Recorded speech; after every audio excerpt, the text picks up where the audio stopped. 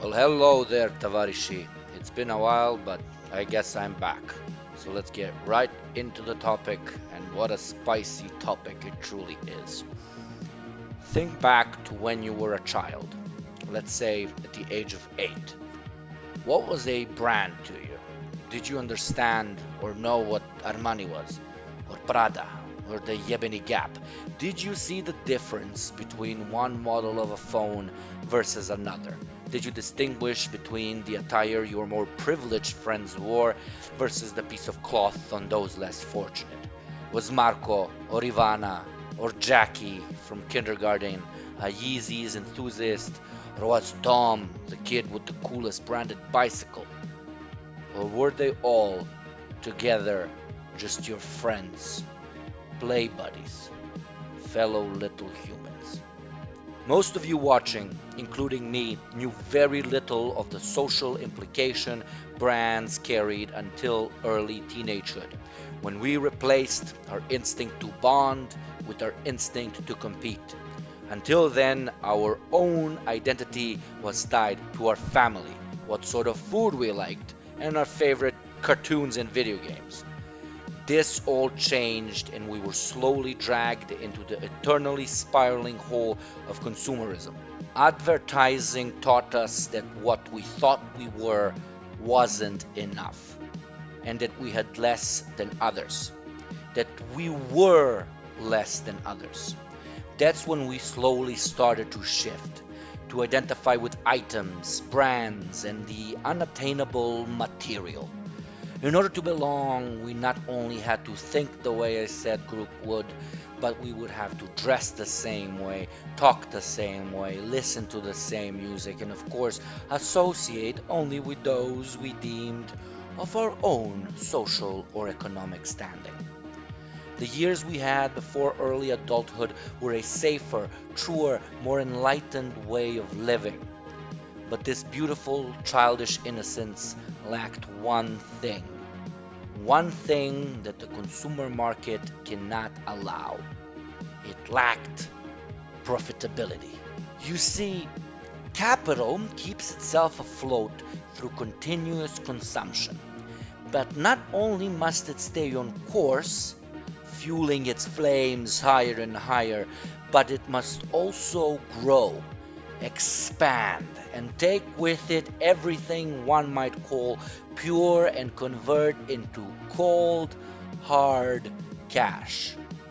After commercializing basic utilities, we moved to medicine, to mental health. We started monetizing on our own worldviews and even our self destructive behavior. So, what's left for this ever expanding market? Well, an auditorium Mr. Jake Paul, knowingly or not, intentionally or not, is introducing to the world of materialism. I'm talking about children, a resource not fully tapped into by the ever growing thirst for more. Don't get me wrong. Parents have been overspending money on their kids for the sake of conformity for decades now. I'm not talking about that, okay? I'm talking about children. I repeat, children being a new, perfectly legit target market, which buys its own products. A whole buyer persona by itself. A market so easily manipulated, it'd be like taking money, I mean candy, from a baby. Chances are you've had enough Jake Paul and Logan Paul reaction videos thrown at you that you learn more than enough about the fact that direct advertising to children is completely illegal in most of the world.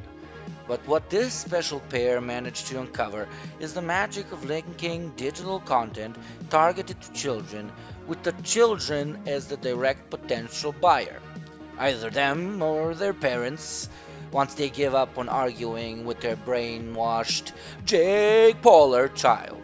Even though the video title has Jake Paul in it, he's not the main premise of the video, actually, not at all.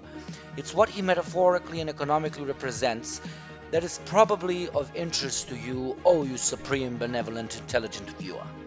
You see, Jake is the embodiment of free market economics reacting to a shortage of expanding consumer markets. Jake is only there to fill an obvious gap in the sphere of targeting overpriced pieces of fabric and other services to people. The Poles, no, not the comrade Polish, the Poles, the fucking Poles, whatever.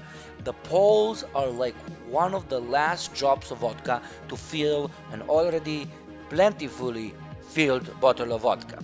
The rest of the fluid all found its place, you understand? And for any non privileged vodka to enter the bottle, it's impossible, except if you find the darkest, meanest corners of the bottle. In this case, the corner the Jake Paulers have dug themselves into are children, and the bad boy drops are the brothers themselves. The premise of unregulated market-based economics espouses the idea that by letting markets be as free as possible, only the ethically legitimate would prosper. It implies that doing business that hurts more than it helps is unsustainable, and that in the long run, only ethical business models can survive. Well, not only is this problematic due to the subjective communal nature of ethics, but it's also unattainable as a result because consumption by itself can rarely self regulate on the premise of morality. What Jake Paul's targeting of children as a main source of income shows, among thousands of other examples, is that an unregulated market constantly creates incentives not for more ethical behavior, but instead more ruthless business mechanisms. The market gets so overcrowded at one point that it motivates you to think outside of the box. Sure, has thinking outside of the box ended up giving us a ton of yebeno good shit? Sure. But has it inspired maneuvers that instead of competing went out and found devious ways of achieving competitive value? Hell, yebeno, yes. With Jake Paul as an example, we see not the bettering of a product in order for it to become more competitive, but instead a deceitful business model which takes itself out of the mold of competitive business and creates a market of its own. The direct consequence of capitalist mentality and world building is not that of continuous growth, but self-sabotage and degradation of basic ethical principles. By going for the survival of the fittest market idea, free market economists, if you can call them economists, looked at it as a battle of lions, with the fittest, biggest, and most importantly, smartest ones winning. But what they completely forgot about, or chose to extract from, is all the snakes, vultures, spiders, that play the game completely differently. It's unfair to compare these smaller animals and insects to Jake Paul because those same animals don't have rational thought or a moral compass which can absolutely excuse them for their approach to survival, while Jakey here, it cannot. He is simply a byproduct of a system set up to define personal and communal success through material gain. I cannot say if he intentionally built up his career to this point or he just stumbled up into something that generates a metric shit ton of money and chose to proceed with it. In both cases, this Americanats is the epitome of the modern, uncensored entrepreneur. Not one which generates wealth through ingenuity, but through the bypassing of the flawed, weak, and decrepit rules that govern this system. This is where we get to the saddest part of the whole thing. One single individual, a biological creature, in this case Jake Paul, converts into a literal product dispenser, into a storefront, into a mega mic for promotional purposes. It is when the individual starts to identify almost fully with a brand that we have entered a new era of being, my friends.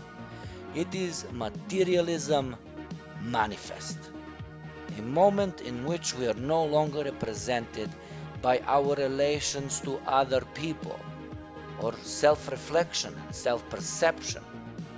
It's no longer defined by our worldviews or even by the way we invest our labor. It is instead melted together with a brand which equally represents us as much as we represent it.